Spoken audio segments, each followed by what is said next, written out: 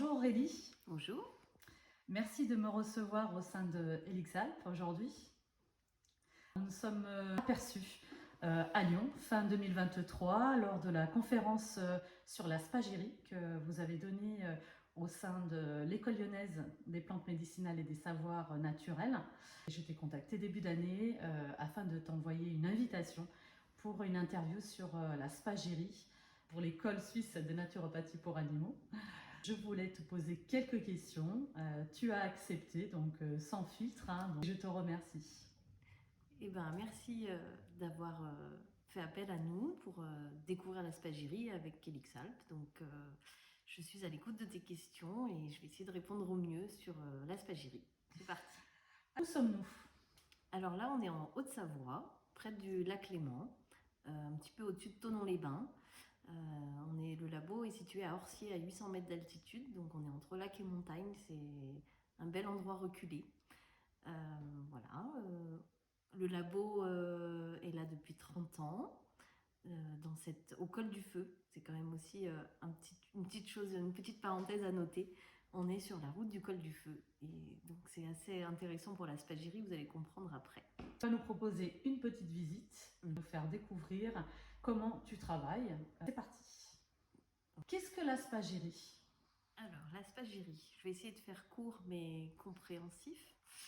La spagyrie, c'est une branche de la phytothérapie. Donc, vous avez l'aromathérapie, la gémothérapie, l'homéopathie et j'en passe.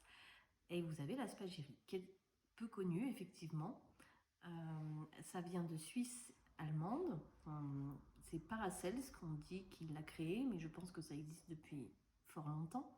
Paracels, c'était un médecin alchimiste né en 1493, si je ne dis pas de bêtises.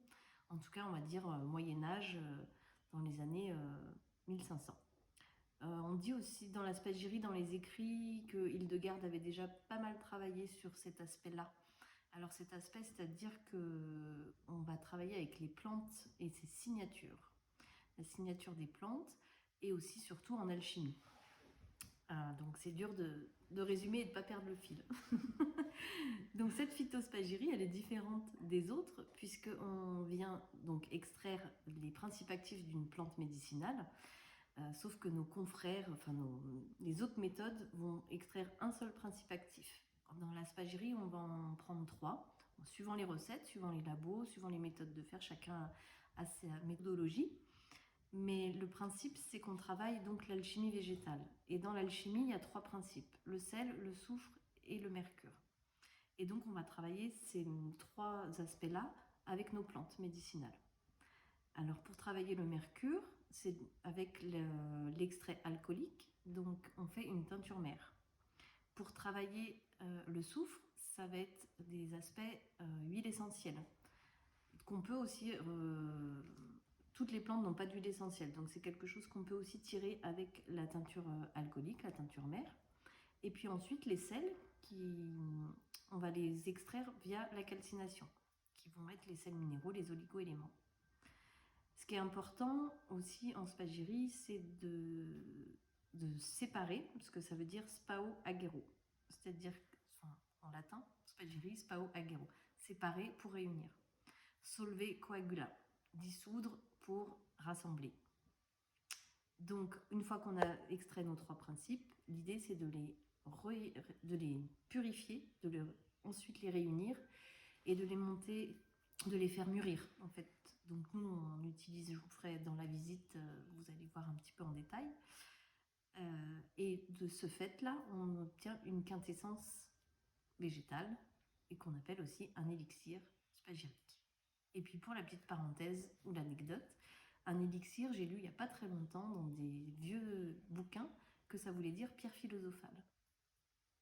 Apparemment, ça viendrait de là. Donc, en tout cas, nos ancêtres alchimistes, qui datent du Moyen Âge, donc toutes ces recettes très vieilles, très anciennes, étaient donc... ils faisaient des élixirs de longue vie, la pierre philosophale, l'élixir d'or, le plomb en or, enfin voilà. On vient de cette phytothérapie, cette phytosphagyrie vient de ce monde-là. Voilà. Mais alors, elle est si ancienne, mais pourtant elle est si méconnue. Donc c'est la raison pour laquelle d'ailleurs je suis allée assister à votre conférence à Lyon et que j'ai eu envie de t'interviewer aujourd'hui. Selon toi, pourquoi est-ce que la spagyrie ou la phytospagérie est aussi méconnue, notamment au niveau de tout ce qui est approche aux produits naturels que l'on peut voir aujourd'hui? Alors je pense qu'elle est méconnue puisque les recettes et les procédés sont très rares dans les écrits. Vu que c'est une méthode très ancienne, il n'y a pas eu beaucoup de livres qui ont été traduits du latin au français, et le peu qui est, c'est quand même pas terrible. Et puis l'alchimie, ça reste très mystérieux. À l'époque, on cachait, c'est symbolique, tout est caché dans les livres, puisqu'on date quand même du Moyen-Âge. L'Église avait la main mise sur tout ce qui était science, médecine, donc je pense qu'il y a eu beaucoup de choses cachées à ce niveau-là. Après, c'est mon point de vue, hein, on ne sait pas pourquoi c'est si méconnu. Mais il y a aussi le fait que de faire une pierre philosophale ou de transformer le plomb en or, c'est des procédés très très longs, il faut énormément de temps pour le faire. Et je pense que ça rebute certains labos aussi de tout ce travail-là, un peu compliqué. Oui, de se lancer là-dedans, Voilà, c'est laborieux. Exactement. Je pense aujourd'hui, si on n'avait pas repris le laboratoire de père en fils, que j'aurais pas osé même me lancer dans cette aventure. Ça demande beaucoup de travail,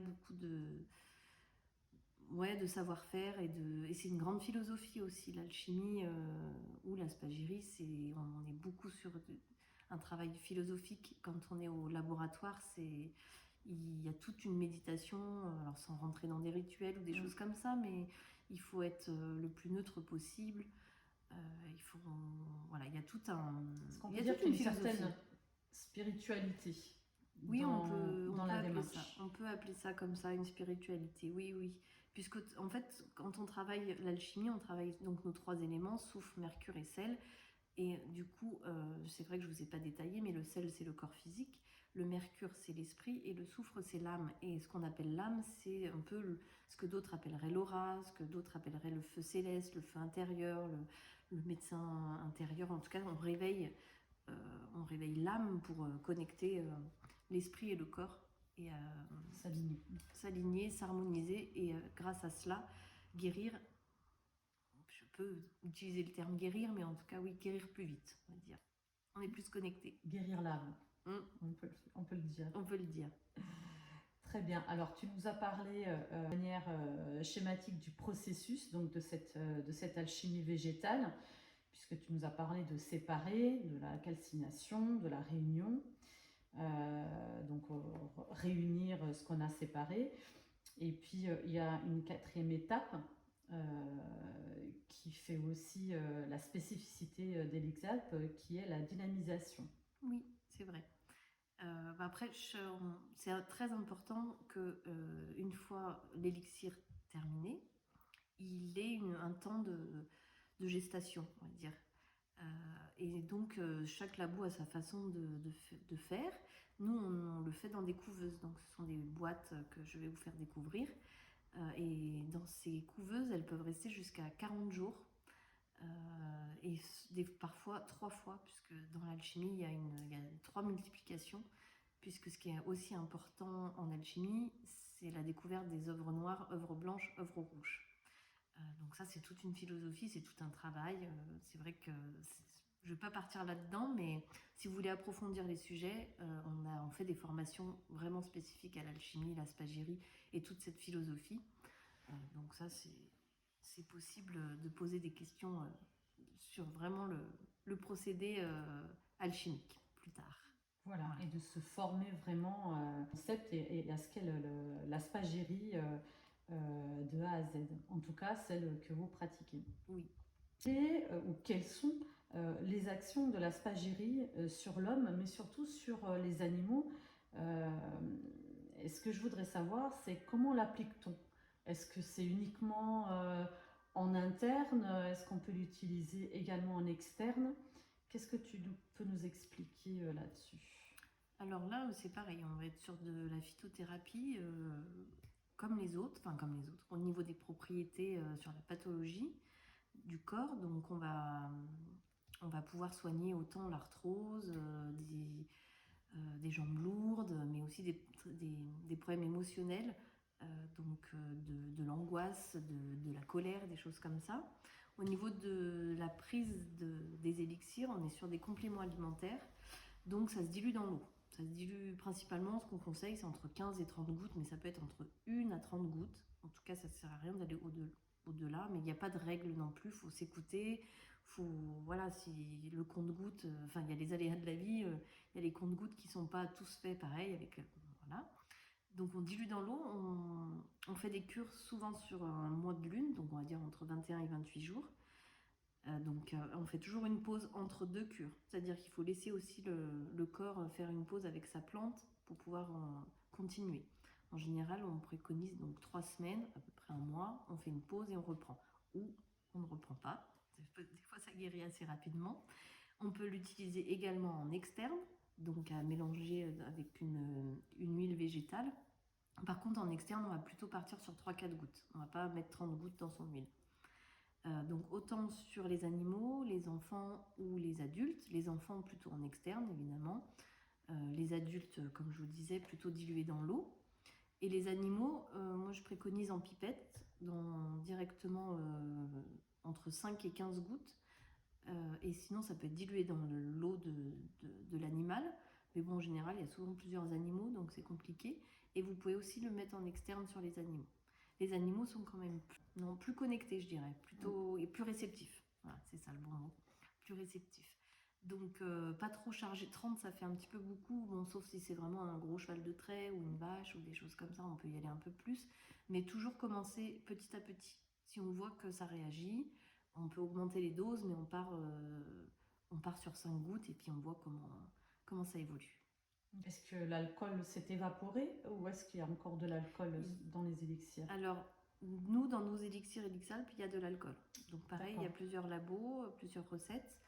On peut sur commande les faire sans alcool, mais du coup, au niveau de la conservation, ce ne sera pas la même chose, au niveau de la conservation de l'élixir.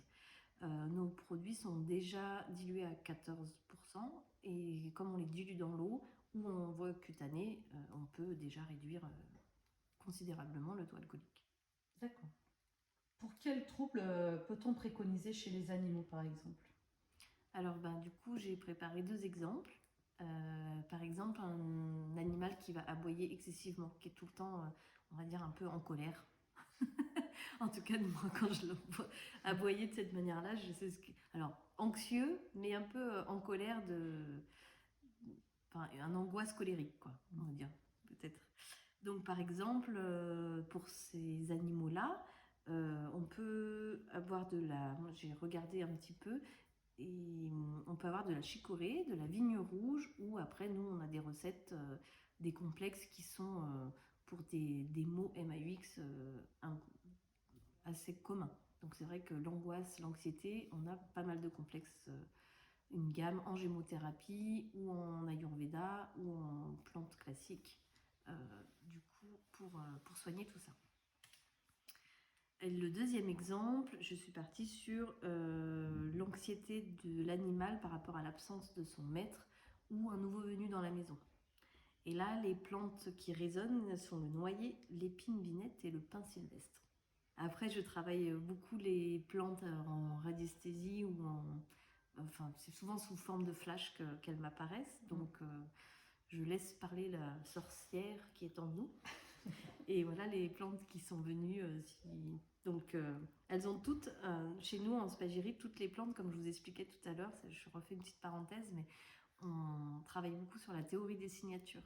Donc, vous devez sûrement connaître la théorie des signatures, mais de l'aspect physique, c'est-à-dire qu'une noix va ressembler à un cerveau, mais en fait, Paracelse et même Hildegarde un petit peu avant avaient fait un travail sur le fait qu'elles ont aussi des émotions, ces plantes. Elles ont des signatures au niveau de ces émotions. Pour un exemple simple, par exemple un ortie qui va pousser, qui va naître, qui va s'éveiller sous une constellation.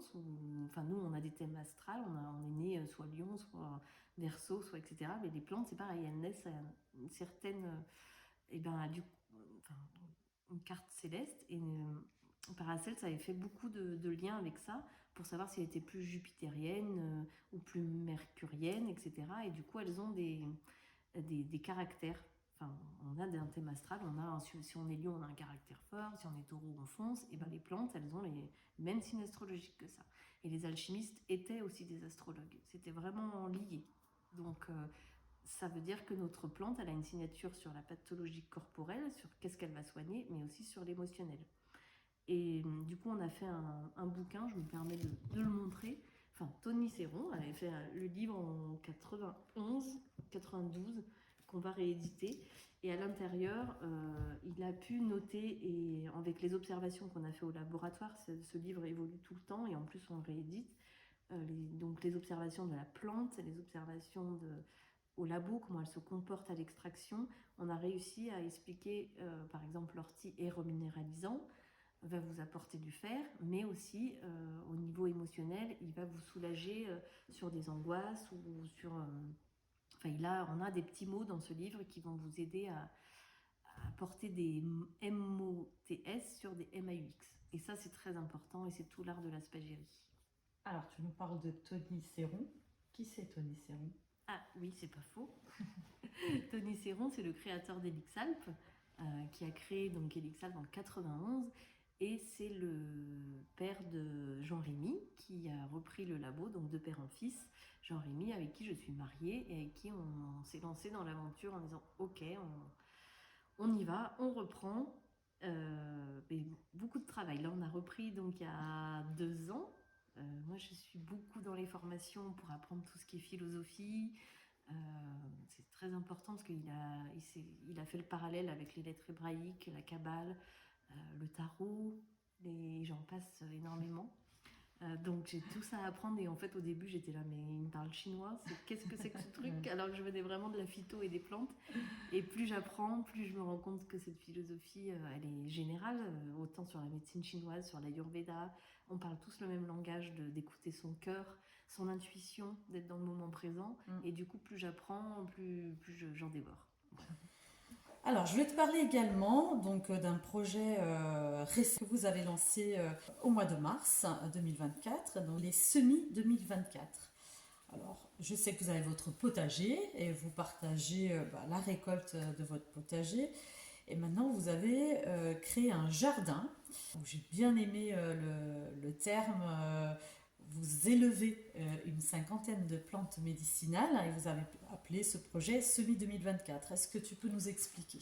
Oui, du coup, comme on a repris il y a 2 ans donc avec mon mari, donc Jean-Rémy, nous, ce qui était vraiment important quand on a repris l'aventure, qu'on s'est dit allez, on fonce, on y va, c'était de pouvoir travailler ces plantes médicinales. C'est vraiment, alors on adore être au labo, on adore dynamiser, extraire, etc. Mais c'est vrai que ce qu'on aime le plus, c'est dehors.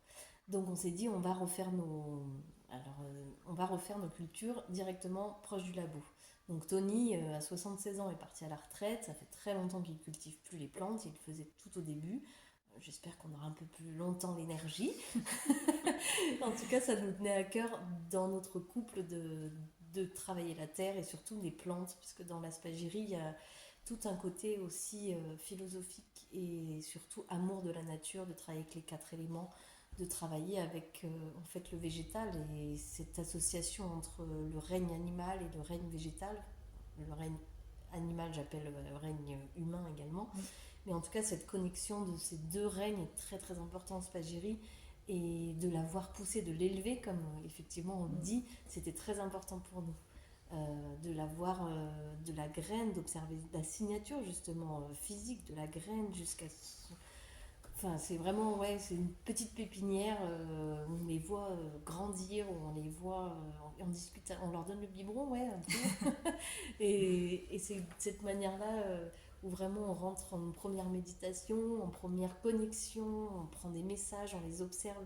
Alors en cueillette aussi, mais là c'est encore plus puissant. Donc ça nous tenait à cœur de vraiment refaire le plus de plantes qu'on peut à Elixalp. Et puis je pense que voilà, on ne sera pas Tony Serron, donc on continue l'aventure de père en fils. Mon mari est tombé dans la marmite depuis qu'il est tout petit. Lui, son âme, son aura, je ne sais pas comment elle fonctionne, mais elle est là.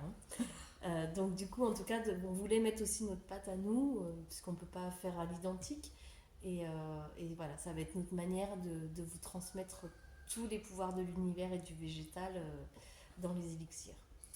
Donc on peut dire que vous allez, pour une cinquantaine de plantes, maîtriser de A à Z. Donc Oui. ça, c'est un beau projet en tout cas. Et c'est très intéressant aussi, puisque du coup, on parle de notre teinture mère qui est un mélange de plantes fraîches et de plantes sèches. Alors qu'actuellement, c'était que des plantes sèches, puisqu'on les faisait venir par d'autres producteurs et cueilleurs.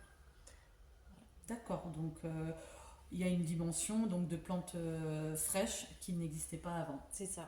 D'accord. Et qui, je pense, va se faire ressentir. En tout cas, voilà, il y aura des belles énergies. Elles sont différentes, mais elles sont profondes. C'est parfait. J'aimerais te poser une question qui me tient à cœur. On parlait tout à l'heure du fait que la spagyrie, malgré le fait qu'elle soit si ancienne, qu'elle soit méconnue, ma question aujourd'hui, c'est, selon toi, que faut-il faire pour la faire connaître davantage, cette merveilleuse spagyrie? Et comment pouvons-nous, thérapeutes, alors animaliers ou humains, peu importe, comment pouvons-nous apporter notre pierre à l'édifice et la faire connaître? Vous aider en tout cas, aider la spagyrie à se faire connaître. Alors, je pense que déjà, il faut beaucoup en parler autour de nous. Être curieux, de prendre des livres ou de regarder sur Internet. Aujourd'hui, il y a quand même aussi pas mal de choses sur Internet.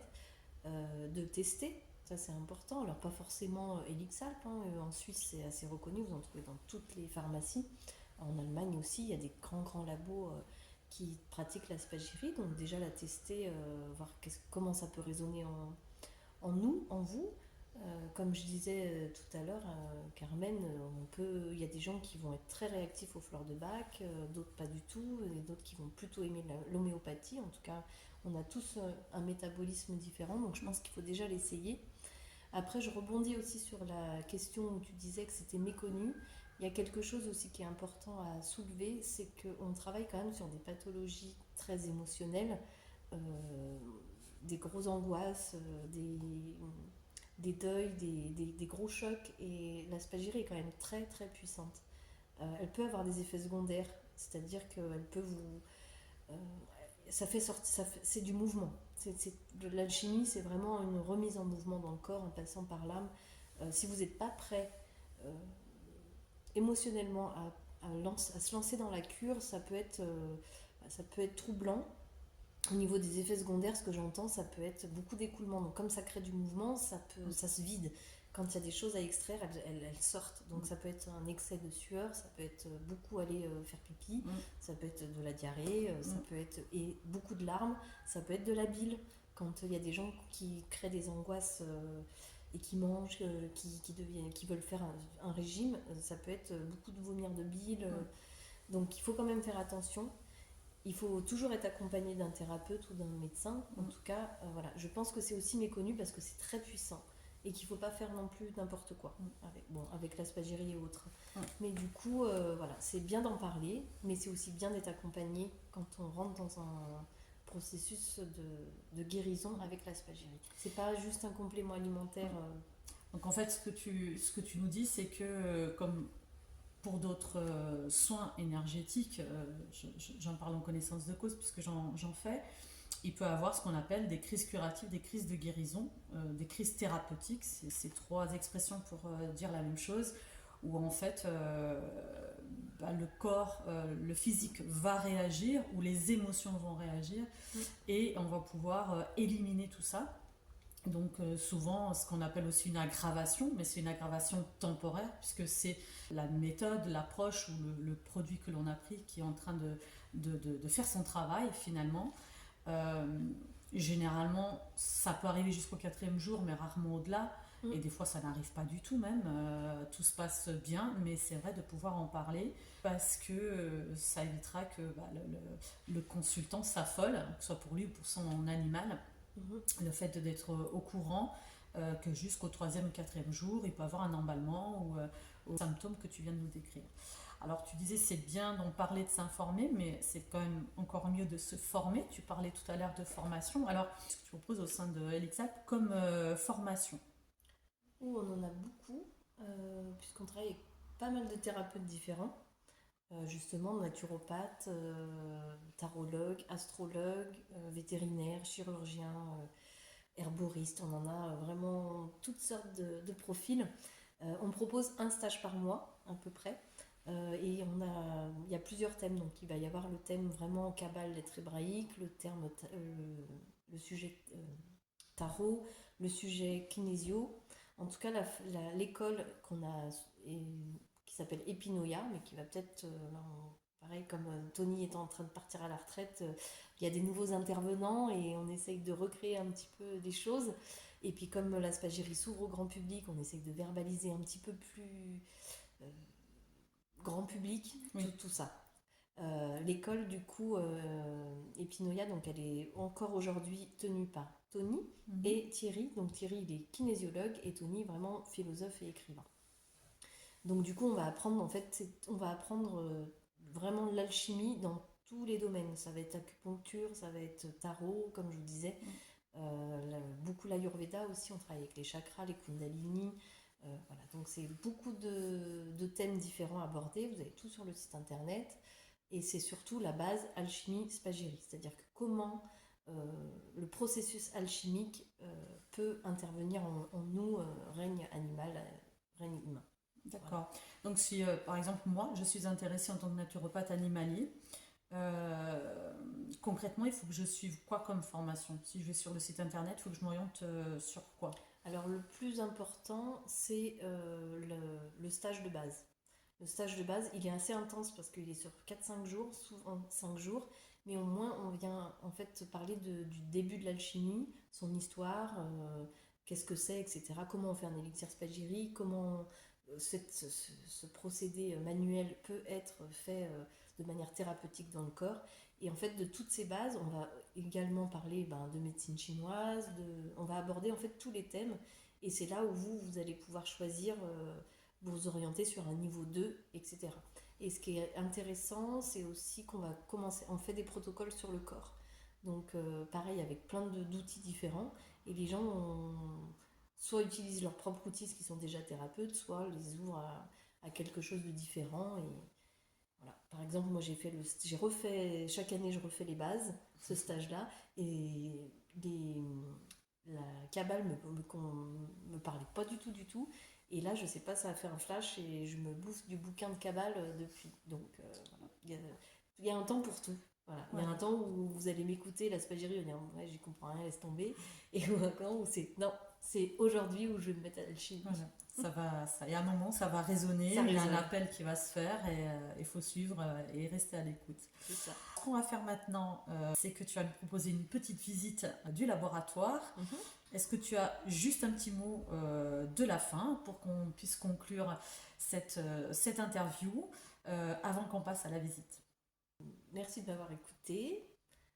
Merci d'avoir poussé la curiosité sur le sujet de la spagyrie, qui est vaste et qui est vraiment... Si je peux résumer la spagyrie en philosophie, en tout cas c'est ce que Paracels disait et ce que mon beau-père m'a appris, c'est le travail bien fait, l'amour du travail bien fait et d'aider son prochain.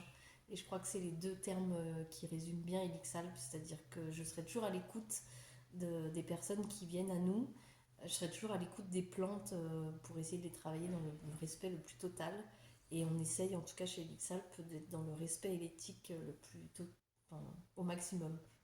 Même notre électricité est un opérateur vert, nos colis sont tout recyclés, on essaye vraiment. Et c'est pas nous qui l'avons amené, c'est Tony depuis les années 90 qui est comme ça. C'est bien. Oui. Garder une cohérence dans tout. Et ça, surtout, il y a 30 ans, d'avoir eu tout cet aspect-là, alors qu'aujourd'hui, on est en plein dedans. C'est chouette. C'est chouette de savoir qu'il y avait des anciens quand même qui le faisaient aussi. Et surtout... et qu'on continue. C'était un visionnaire. Eh ben, merci beaucoup Aurélie Merci à pour vous. cette interview. Merci à tous. N'hésitez pas à nous laisser vos messages en commentaire sur cette vidéo. Et je vous dis à très bientôt. Au revoir. Au revoir. Où sommes-nous Aurélie? Alors là, on est au labo, donc on est à la maison. Je vous explique brièvement comment ça se passe au niveau des étapes. Donc comme je vous disais, on fait 3 extractions. Donc là, on va être sur notre extraction alcoolique. Donc c'est la teinture mère. Ici, vous avez de la cannelle qui macère dans de l'alcool à 96 degrés. Tous nos produits sont bio, donc on a de l'alcool bio. On a de l'alcool local chez un fournisseur d'eau de vie que nous avons en bas à Thonon. Et sinon, on prend aussi de l'alcool de betterave rouge bio qu'on a en gros pour faire plus de quantité. Voilà. Mais toujours une impulsion de local. En tout cas, tous nos fournisseurs sont français. Donc voilà, on fait nos macérations. Donc là, vous avez la teinture mère. On l'a fait en général, les teintures mères se font une macération entre 3 semaines jusqu'à un peu plus, ça dépend des plantes. Une fois que notre macération est terminée, là vous avez la matière première, la materia prima, qu'on va garder. On la met dans ces centrifugeuses, donc on va la filtrer. Je vous avoue qu'on ne filtre pas à la main, on a notre centrifugeuse qui dépote. Donc on filtre notre teinture mère. Alors là, on est dans la pièce des teintures mères une fois filtrées. Voilà. Donc vous avez toutes nos plantes médicinales qui sont ici à l'abri de la lumière et qui attendent la réunification.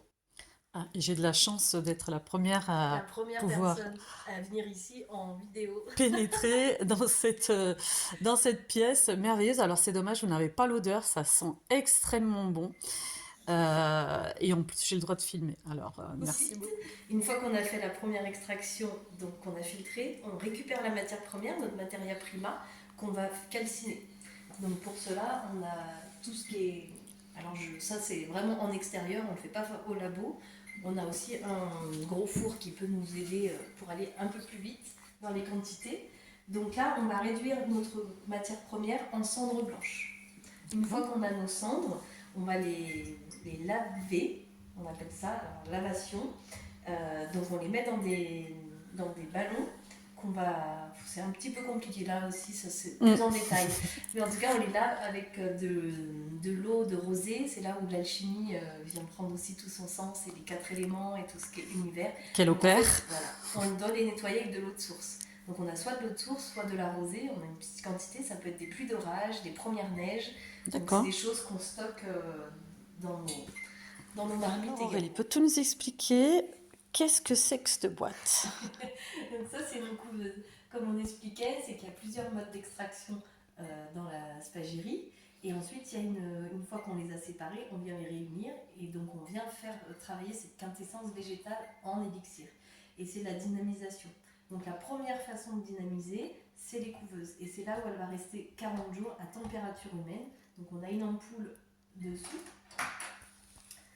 à l'intérieur, qui est donc chauffée à température humaine, 37,5. Et notre ballon qui va monter en température. Donc on a des tuyaux avec des ballons de baudruche au bout. Et là, on fait 3 fois l'opération pour avoir les 3 œuvres alchimiques. Et là, il n'y a aucune intervention de l'homme, c'est le règne végétal qui procède, qui se repose, qui devient, on appelle ça une gestation un petit peu. Et du coup, c'est ce message-là qui va après être dans les élixirs. Ici, on est dans le conditionnement. Donc, quand on a fini notre préparation sous la couveuse, on va mettre le ballon que vous avez vu, on va le mettre dans des fioles en verre de 2,5 litres ou 5 litres, ça dépend. Et là, on refait une dynamisation. C'est-à-dire qu'avant d'enflaconner dans les petites bouteilles, on va dynamiser, mais cette fois-ci, nous-mêmes, à l'aide de nos bras. Donc, comme il y a 3 œuvres, œuvre noire, œuvre blanc, œuvre rouge, on dit souvent que c'est l'homme, la femme et la naissance d'un amour, pour devenir une quintessence végétale en élixir spagyrique. Alors là, c'est pareil, il y a plein de méthodes de dynamisation suivant les labos. Nous, on nous a appris à dynamiser pour l'homme. On vient secouer de bas en haut pour avoir la verticalité. Chez la femme, on vient dynamiser de droite à gauche pour avoir l'horizontalité et pour avoir une bonne connexion. Et ensuite, pour l'enfant, on vient dynamiser en 8.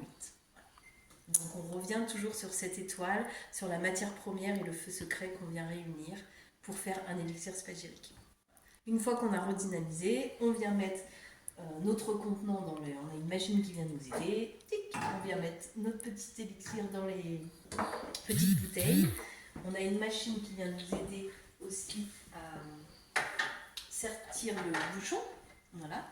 Et puis on faisait les étiquettes à la main depuis peu. Et là, avec Jean-Rémy, on a investi dans notre premier investissement de repreneur dans une étiqueteuse C'est machine. mieux, c'est plus Parce simple. que si on veut faire du jardin, enfin, il y a un moment donné, Il faut faire des choix. On préfère semer la graine que et puis elles n'étaient pas droites, c'était catastrophique.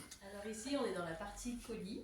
Donc une fois qu'on a fini nos petites feuilles, qu'on les a étiquetées, on vient les stocker sur nos rayons. Donc là, vous avez tous nos complexes.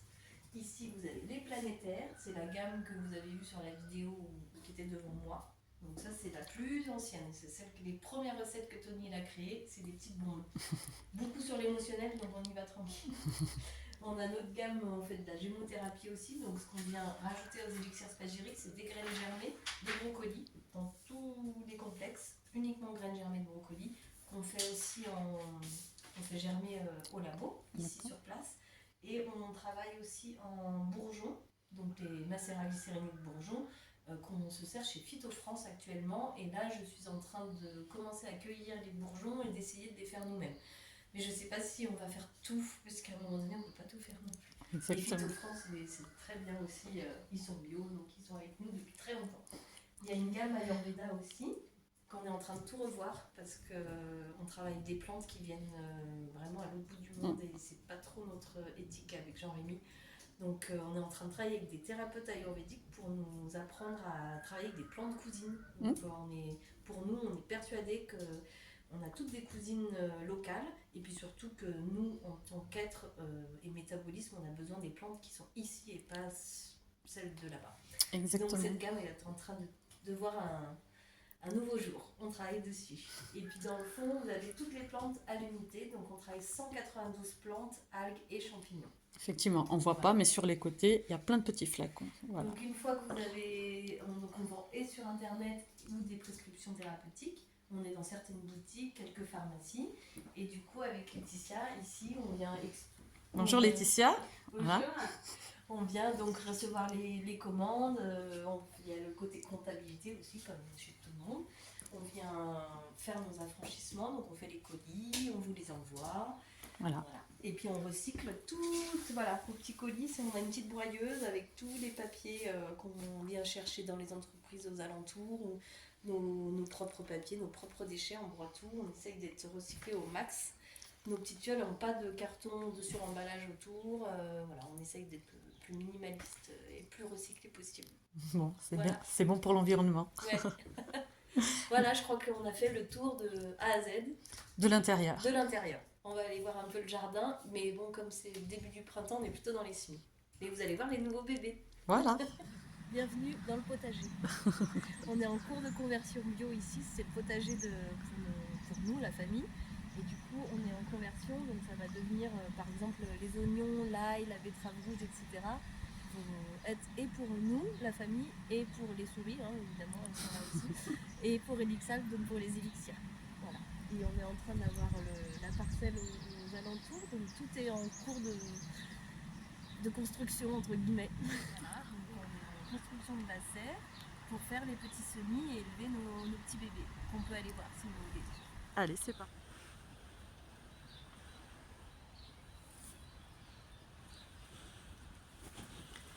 Alors Aurélie, quels sont les petits que nous avons en élevage? Alors on a pas mal de choses, mais là tu vois devant moi j'ai le cerfeuil, on va avoir la matricaire, l'encolie, la betterave, et puis alors c'est là où c'est vraiment intéressant de les regarder de près. Moi j'aime particulièrement le cerfeuil, on dirait des petites fleurs.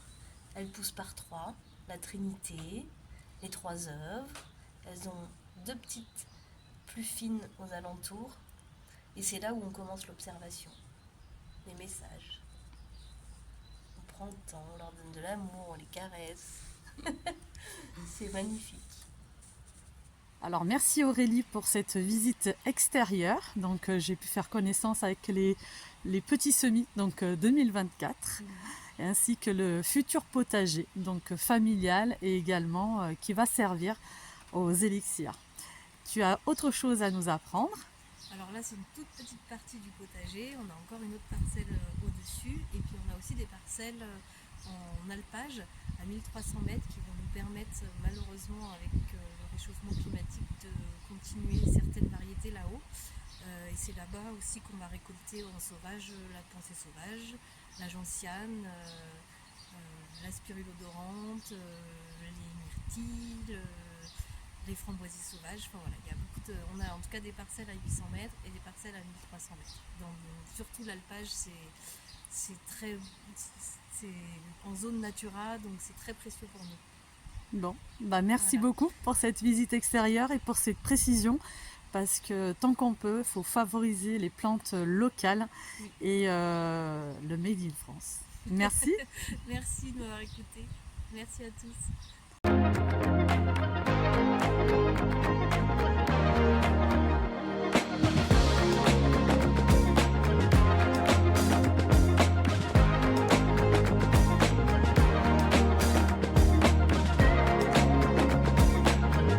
Sommes-nous, Aurélie? Alors là, on est dans la bibliothèque de Tony, où il y a des ouvrages incroyables. Moi, quand je suis arrivée ici, je suis très littéraire, mais alors là, c'était le... Oh, j'ai dit ok, on signe, en plus des plantes.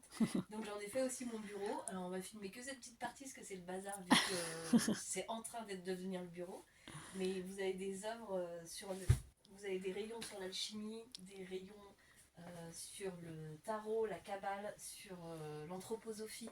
On a beaucoup été inspiré aussi du travail de Steiner, qui a, donc anthroposophe, qui avait le créateur du laboratoire Velleda, entre autres, mais qui a aussi lancé la biodynamie, qui a des écoles un peu partout, surtout en Allemagne, donc beaucoup inspiré de tous ces choses-là. Donc la kabbale, voilà, le tarot, l'astrologie, la radiesthésie, la kinésio.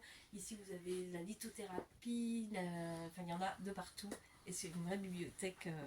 Voilà. C'est le petit trésor, ça n'a jamais été filmé aussi, mais ça fait partie d'Elixalp parce que Tony a écrit énormément de bouquins que vous aussi, vous pouvez retrouver sur le site, en plus des élixirs de l'école, etc. Et du coup, toutes ces inspirations, elles sont là. Et c'est aussi important d'apprendre les autres, et pas que par Tony. Parce que l'alchimie est vaste et qu'il nous a appris beaucoup à l'oral.